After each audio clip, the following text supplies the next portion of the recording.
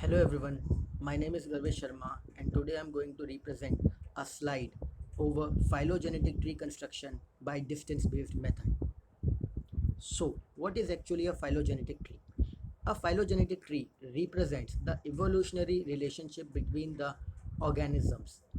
These organisms may belong to different species, different genus, different order, family, or maybe of different phylums. The phylogenetic tree would also represent the common ancestors of these organisms or a connecting link between the two species or phylums. It also tells the time of divergence or the time of the time of divergence between the two organisms. Okay, so a common type of a phylogenetic tree is represent here. So, when we talk about the terminology, we are going to discuss some points. Here, the taxa is represented by the tips of the branches. For example, here, human and mouse is represented at the tip of the branch. These taxa may be of different species, different order, different family, anything. ठीक है? These taxas are connected by a common node that is shown here. A node also represents or also tells the time of divergence between these two taxas. The branch represents the taxa and the branch length represents the time of evolutionary period कि कितना evolutionary period length है ये branch length represent करती है. And obviously a tree having a common root is representing here. So now the next term is going to come here, that is clade. Actually a clade, a common ancestor and all its descendants is grouping together in clade.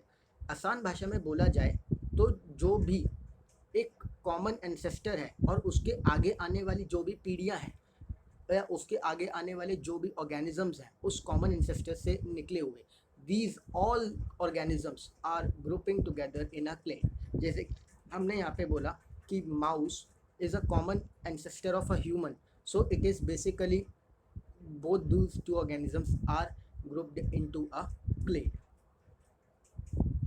Okay, so application of phylogenetic tree. Phylogenetic tree जैसे मैं बता चुका कि evolutionary relationship को study करने में आता है. So it is helping in forensics, it is predicting helping in prediction the evolution of influenza virus कि इन्फ्लुएंजा वायरस किस तरीके से इवॉल्व हुआ. And not even the influenza virus, it also it can tell the evolution of any virus. जैसे कि for example corona, अभी जो यहाँ पे कोरोना की एपिडेमिक चल रही है तो हमने पीछे देखा कि कोरोना किस तरीके से दूसरी कोरोना फैमिली के वायरसेस से रिलेटेड है. हम ये प्रिडिक्ट कर सकते हैं by using a phylogenetic tree. It and phylogenetic tree also helps in drug discovery and vaccine development. Now how to construct a phylogenetic tree. Phylogenetic tree construct करने के लिए डिफरेंट सॉफ्टवेयर्स होते हैं. जैसे फाइलिप है, फाइलिप सॉफ्टवेयर्स की मदद से हम फाइलोजेनेटिक ट्री कंस्ट्रक्ट करे जाते हैं. एक फाइलोजेनेटिक ट्री को कंस्ट्रक्ट करने के लिए मेनली जो चाहिए होता है वो हमें एक मल्टीपल अलाइनमेंट सीक्वेंस चाहिए होता है. मल्टीपल अलाइनमेंट सीक्वेंस ये कुछ भी हो सकता है, ये कोई भी हो सकता है. जैसे कि बेस सीक्वेंस भी हो सकता है बेस पेयर्स का, या फिर अमीनो एसिड सीक्वेंसेस भी हो सकता है.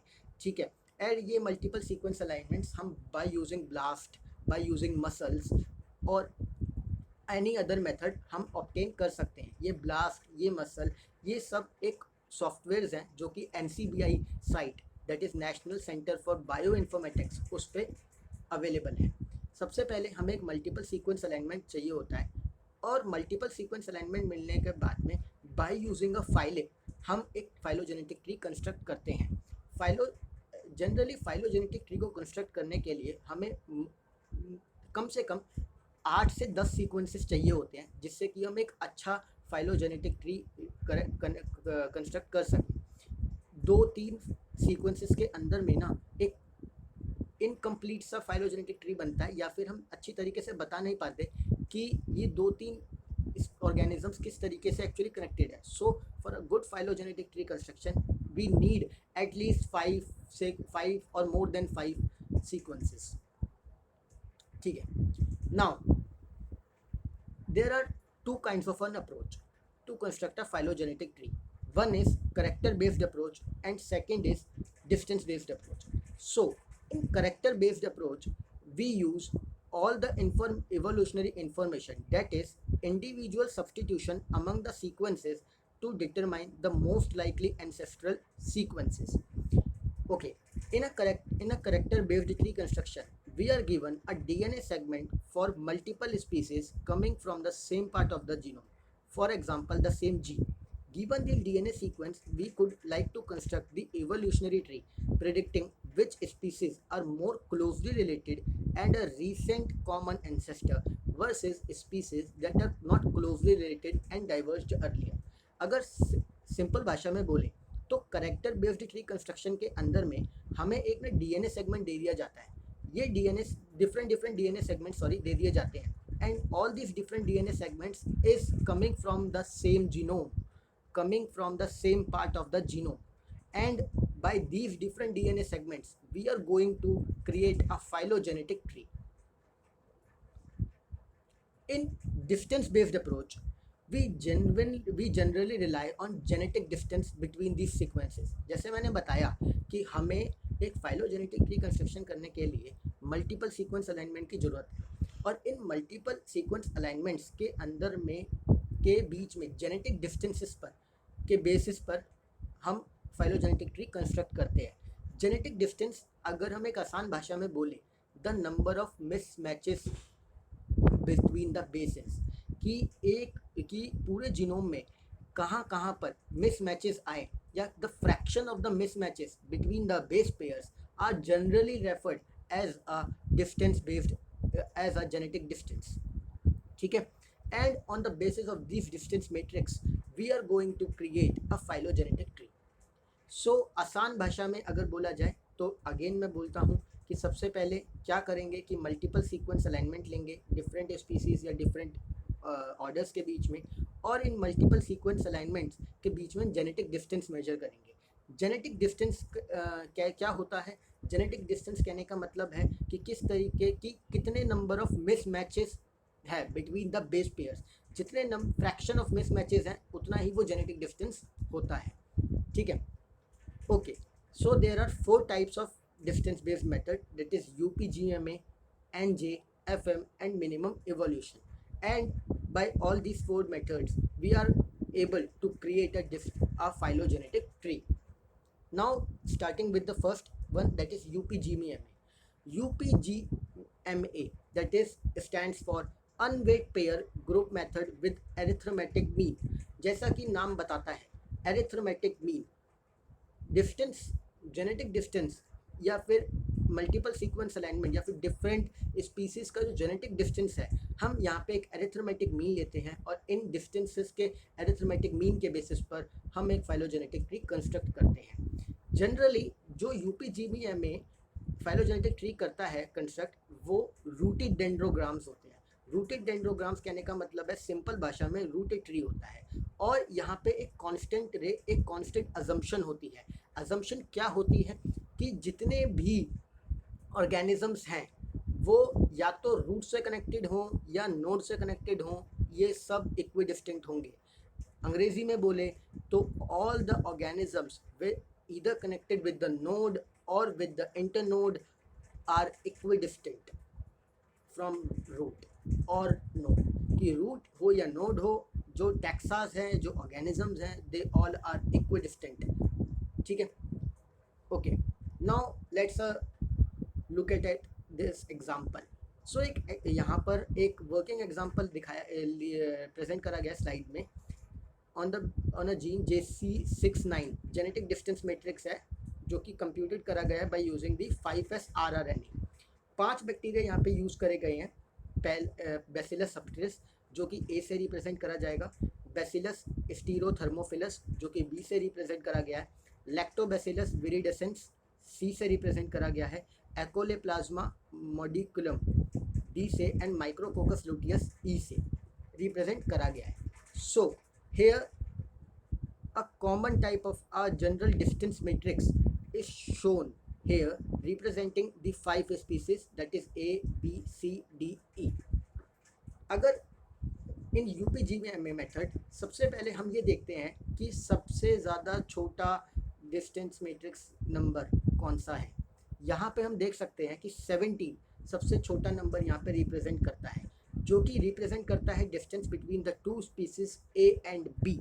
यानी कि जो दो स्पीसीज है ए और बी, उनके बीच में सबसे छोटा डिस्टेंस है which is equal to 17।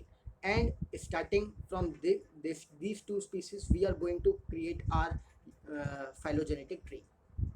So सबसे पहले हम ये अज्यूम कर लेते हैं कि ए और बी एक कॉमन नोड से कनेक्टेड है, that is U, and this node is equidistant from both A and B, जो कि हमारी यूपीजीएमए की असम्पशन थी। So the distance from the U to A and from the u to b is equal, therefore DAU is equal to DBU, जो कि है 17/2, that is 8.5।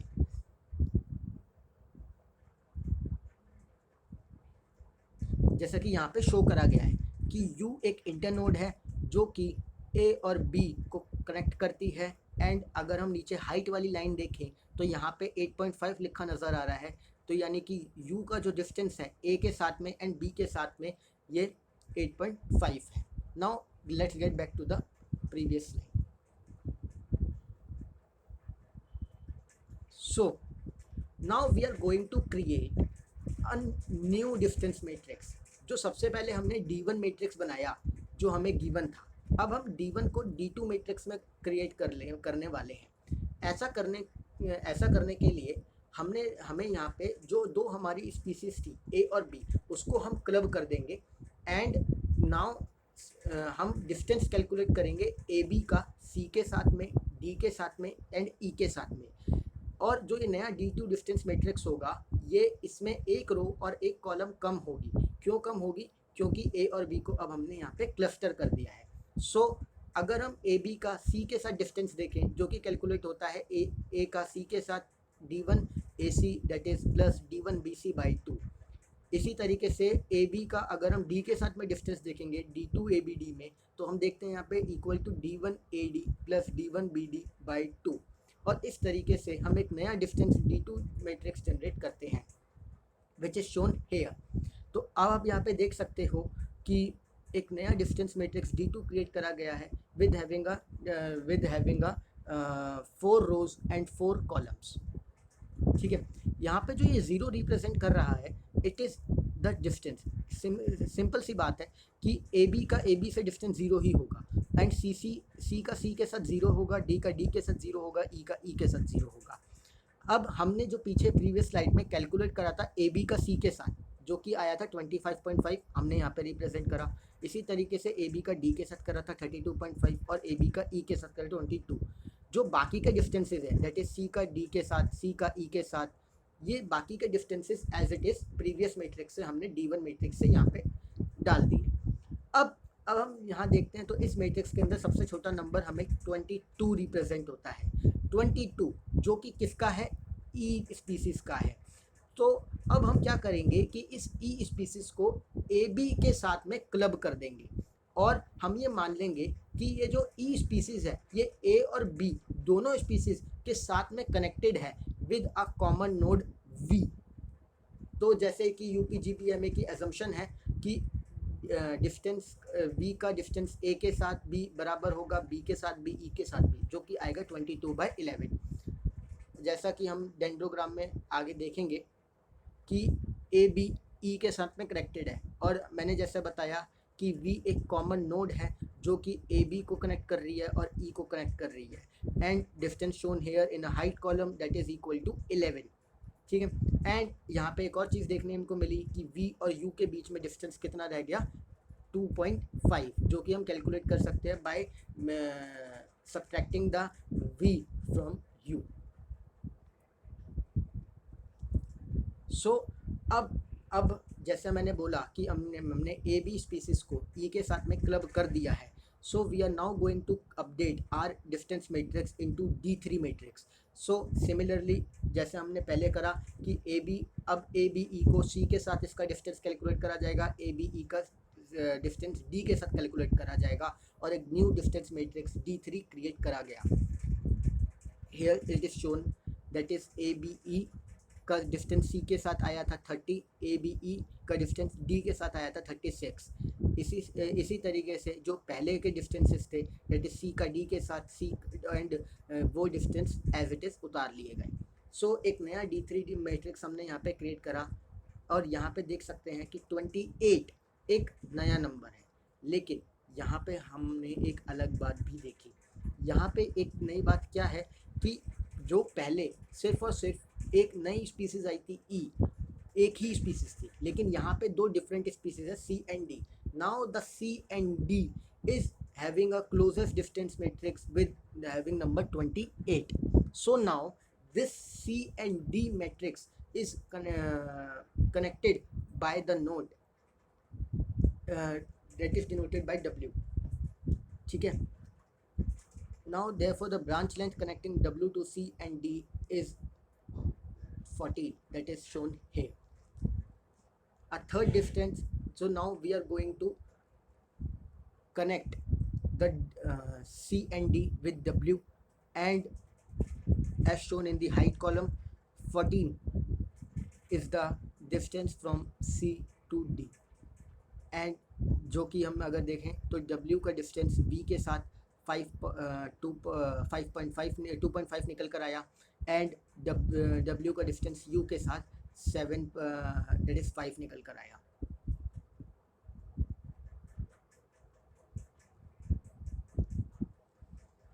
So that's how our D4 matrix is created, and our final, our dendrogram is here with having a common root R that is 16.5. and यहाँ पे हम देख सकते हैं कि all these that R is equidistant to each and every species. चाहे आप A का डिस्टेंस R से कैलकुलेट करो, B का करो, E का करो, C का करो, D का करो, किसी का भी करो, वो R से इक्विडिस्टेंट की दूरी पर है 16.5. तो UPGMA का सबसे जो इम्पॉर्टेंट असम्पशन है वो ये असम्पशन आता है कि आपका हर एक स्पीसीज़ आपकी कॉमन रूट हो या नोड हो या इंटरनोड हो, सबसे इक्विडिस्टेंट पे ही रहेगी. ठीक है. Now drawback of UPGMA. यहाँ पर अगर हम UPGMA के अगर ड्रॉबैक्स के बारे में बात करें तो सबसे पहले जो इसका एल्गोरिथम है वो फिनेटिक है. फिनेटिक कहने का मतलब ये है कि this is based on the morphological characters, और ये मॉर्फोलॉजिकल करेक्टर्स जैसा हम जानते हैं ये आगे इन्वायरमेंट से बदले जा सकते हैं. So it does not reflects the correct evolutionary relationship, and it also basically assigned equal weight on the distance and assume a randomized molecular clock. कहने का मतलब है कि हर एक डिस्टेंस यहाँ पे बराबर के वेट का यहाँ पे असाइन करा जाता है.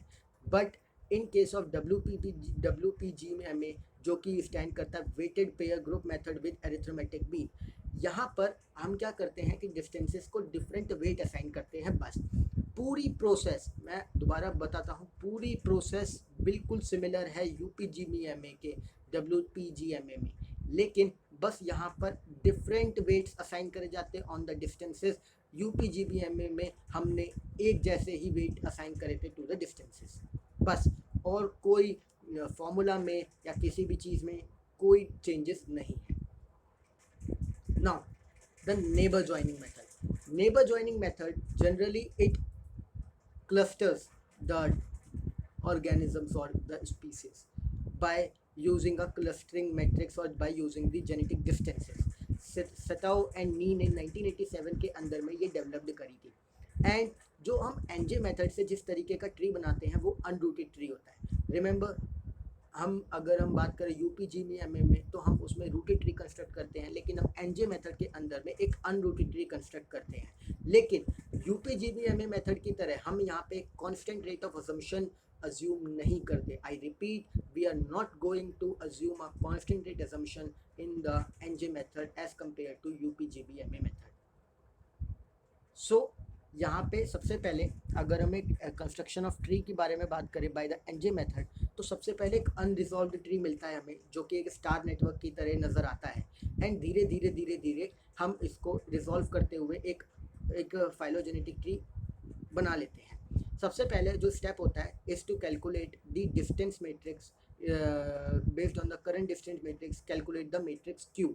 और क्यू को कैलकुलेट करने के बाद में क्यू, वही मैंने बोला कि जो सबसे छोटा डिस्टेंस होगा वो सबसे ज़्यादा यहाँ पर प्रेफर करा जाएगा। सो क्यू को डिस्टेंस क्यू, जैसे हम करते थे यूपीजीबीएमई में कि क्यू मैट्रिक्स को कैलकुलेट करने के बाद में जो सबसे ज़्यादा छोटा क्यू वैल्यू आएगी उसको हम एक इंटर नोड से कनेक्ट, एक नोड से कनेक्ट कर देंगे, sorry. And then this step is basically further repeated and a final until a final NG tree is constructed here. So example अगर हम शो करते हैं तो यहाँ पे देखते हैं कि ह्यूमंस और बाकी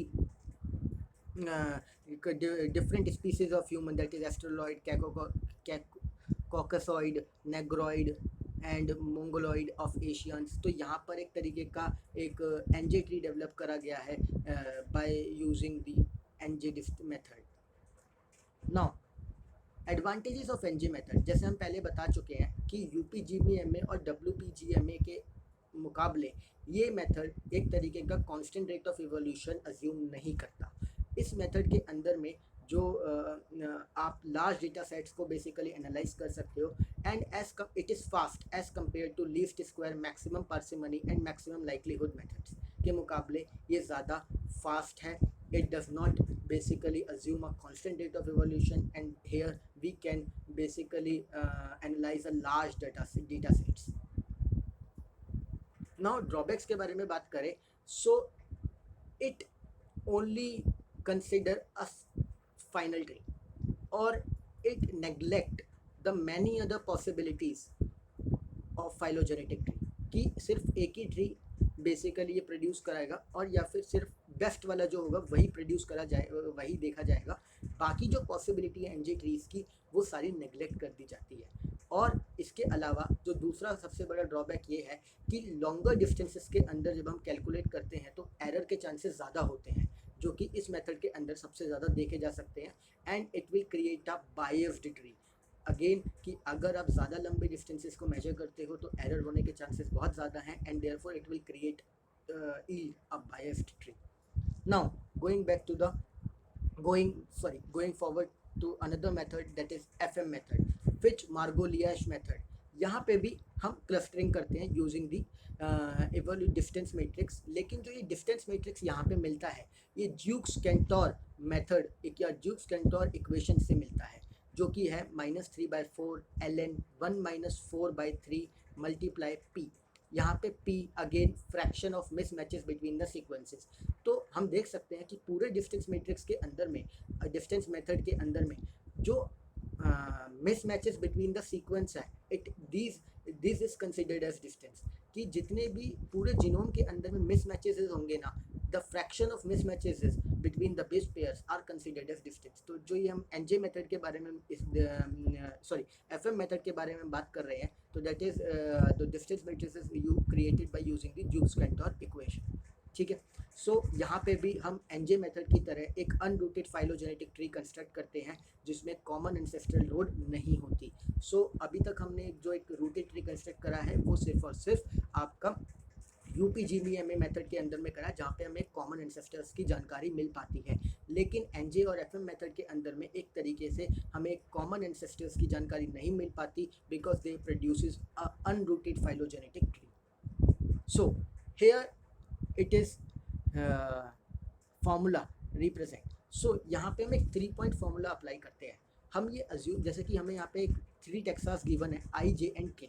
सबसे पहले अगर हमें एफएम मेथड में फाइलोजेनेटिक ट्री कंस्ट्रक्ट करना है तो हम सबसे पहले अज्यूम करते हैं कि these 3 taxa are basically represented over at the end of the branches. जैसे कि यहाँ पे 3 पॉइंट्स दे रखे हैं, जैसे कि आई, जे एंड के तीनों अलग अलग एंड्स पे बेसिकली रिप्रेजेंट करी गई है। और हम यहाँ पे एक अज्यूम करते हैं कि ये तीनों ही एक दूसरे से कनेक्टेड हैं at a common point which is represented by am here. And अब हमें यहाँ पे क्या करना होता है बेसिकली कि एम का डिस्टेंस के से कैलकुलेट करना है, एम का डिस्टेंस आई से कैलकुलेट करना होता है और एम का डिस्टेंस जे से। आई जे के यहाँ पे एग्जांपल है, जितनी स्पीसीज दी गई होती है उतने ही, लेकिन हम यहाँ पे बेसिकली 3 पॉइंट फॉर्मूला कि 3 एंड डी सी होंगे, कोई दो जो जिन दो के बीच में सबसे छोटा डिस्टेंस होगा वो दो एंड्स पे आ जाएंगे और जो बाकी सारी स्पीसीज हैं वो क्लब होके तीसरे एंड्स पे आ जाएंगी, जैसे अभी हम आगे देखेंगे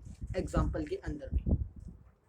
सो here a distance matrix is created by using the jokes Cantor equation. यहाँ पे देखोगे कि A B C D 4 species दी गई है रोज में एंड कॉलम्स के अंदर में B C D E 5 species की मदद से यहाँ तक ए टू ई एक डिस्टेंस मैट्रिक्स क्रिएट करा गया है by using the jokes Cantor model. Again like हम सबसे छोटा नंबर देखते हैं, तो सबसे छोटा हमारा यहाँ पे है 0.31 that is between the A and B. तो जब मैंने बताया कि 3 पॉइंट मेथड इस्तेमाल करने के लिए हम ए और बी को दो अलग जेंट्स पे रखेंगे और सी डी और ई को हम एक टेम्पररी ग्रुपिंग कर देंगे। ये टेम्पररी ग्रुपिंग सिर्फ और सिर्फ इसलिए करी जाती है जिससे कि ए और बी को बेसिकली हम ग्रुप कर सकें सिर्फ और सिर्फ, और बाद में टेम्पररी ग्रुपिंग हटा दी जाती है। तो सिर्फ अभी इस टाइम पर ए और बी दो अलग एंड पे आएंगे और सी डी ई एक कॉमन एंड पे आ जाएंगे जो कि तीसरा एंड है। Now we are going to calculate the distance of A with C D E and the distance of B with CDE and the distance between AB. Distance between AB हमें given है 0.31, distance between B C D E, तो B का C के साथ, D के साथ और E के साथ हमें डिस्टेंस कैलकुलेट करना है। तो इसको कैलकुलेट करने के लिए जैसे हमने दिखा कि इट इज़ इक्वल टू 1/3 1.69 0.90। तो यहाँ पे सिंपल अरिथमेटिक मीन कर दिया कि जो कि टेबल में गिवन था 1.69 एंड 0.90/3 और इससे एक डिस्टेंस निकला 0.863, यानी कि बी का डिस्टेंस सी डी ई के साथ 0.863 था। एंड देन ए का डिस्टेंस सी डी ई के साथ इसी तरह कैलकुलेट करा गया that is equal to 0.93। And now we are going to apply the 3 point formula. और 3 पॉइंट फार्मूला क्यों अप्लाई करा जाता है? In order to calculate the distance of X with A, X with B and X with C D ई।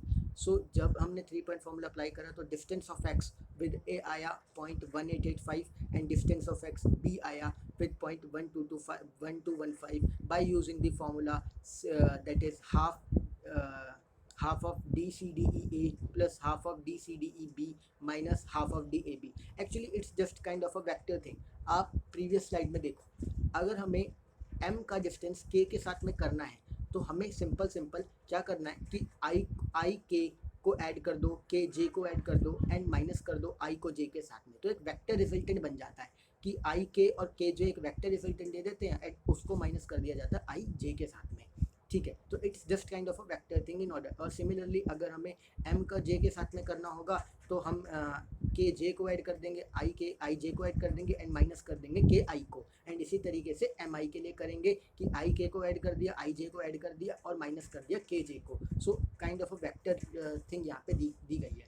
तो जैसे हमने करा कि a और b को दो अलग एंड पे ले आए, c d e को अलग एंड पे ले आए और एक नया डिस्टेंस मैट्रिक्स क्रिएट करा गया बाय यूजिंग कि अब यहाँ पर होगा क्या कि वही अगेन कि एक रो और एक कॉलम यहाँ पे कम हो गई कि ए भी एक तरीके से दे दिए, सी एंड सी डी ई अलग दे दिए। हमने जो यहाँ पर ए और बी कैलकुलेट करा, जो कि हमने यहाँ पे डिस्टेंस निकाला था प्रीवियस स्लाइड के अंदर में, दैट इज़ ये यहाँ पे हमारे जो डिस्टेंस आए थे 0.1885 एंड 0.1215। ठीक है, अब अगर हम फर्दर बात करें तो जो हमने बाकी के डिस्टेंसेस थे जो कि C का D के साथ 0.72, C का E के साथ 0.42 या फिर D का E के साथ दैट इज़ 0.37, वो एज इट इज़ हमने पिछले मैट्रिक्स से उठा लिया।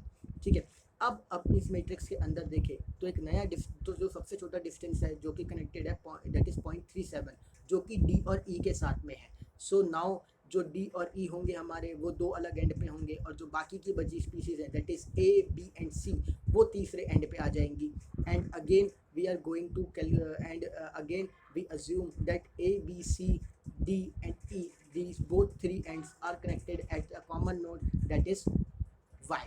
ठीक है, now we are going to calculate the distance between the D from the distance of D from ABC, that is 1/3, and arithmetic mean कि D का डिस्टेंस AB के साथ, D का डिस्टेंस D के साथ, D का डिस्टेंस C के साथ एंड D का डिस्टेंस E के साथ। इसी तरीके से E का कैलकुलेट करना है ABC से, तो E का A के साथ प्लस E का B के साथ प्लस E का C के साथ बाय में 3, एंड D और E का तो गिवन है। And then the 3-point formula is applied here to in order to calculate the distance of y from D, y from E, and y from ABC. And the distance is assuming here that between the y and D is 0.135, then 0.235 here between the y and E. So अब तक एक partial tree जो हमारा बना वो बना, ए और B को हमने ग्रुप कर दिया एक ए में, और डी और ई को हमने ग्रुप कर दिया, और एक नया अपडेटेड मैट्रिक्स निकला जो कि ए बी और डी ई को क्लबिंग करने से आया, और एक तीसरी स्पीसीज थी सी जो हमारी अलग छूट गई। नाउ अब हम जनरली एक्सपेंड कर देते हैं by clustering the A B and D E, कि किस तरीके से ए बी और डी ई को क्लस्टर करा जाए। जैसे हम पीछे वाले स्लाइड में देख सकते हैं कि अब 3 ही ग्रुप बचे हैं, एक ए बी बचा है, एक डी ई बचा है और एक सी बचा है। तो ए बी एक एंड पर होगा, सी एक एंड पे होगा और डी एक एंड पे होगा। And now we are going to again calculate the distance of A B का सी के साथ, ए बी का डी ई के साथ, and so on. And we are assuming that A, B, D, E, and C, that all these three ends are connected by a single internode Z here, and a kind of a phylogenetic tree is appear on the right side of your screen.